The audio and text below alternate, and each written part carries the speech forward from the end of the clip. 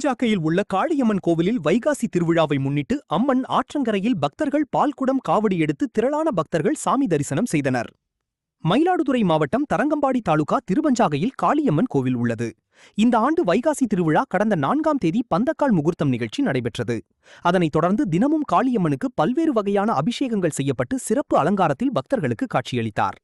இதனையடுத்து வைகாசி திருவிழா முன்னிட்டு மாலை 7 மணி அளவில் அம்மன் ஆற்றங்கரையில் இருந்து கரகம், தீச்சட்டி ஏந்தியும், பால்குடம், அலகு காவடி, பறவை காவடிகள் உடன் கரகம் புறப்பட்டு வானவேடிக்கை, மேலதாளம் முழங்க தோட்டம், அன்னப்பன்பேட்டை மெயின் ரோடு வழியாக கோவிலை வந்தடைந்தது.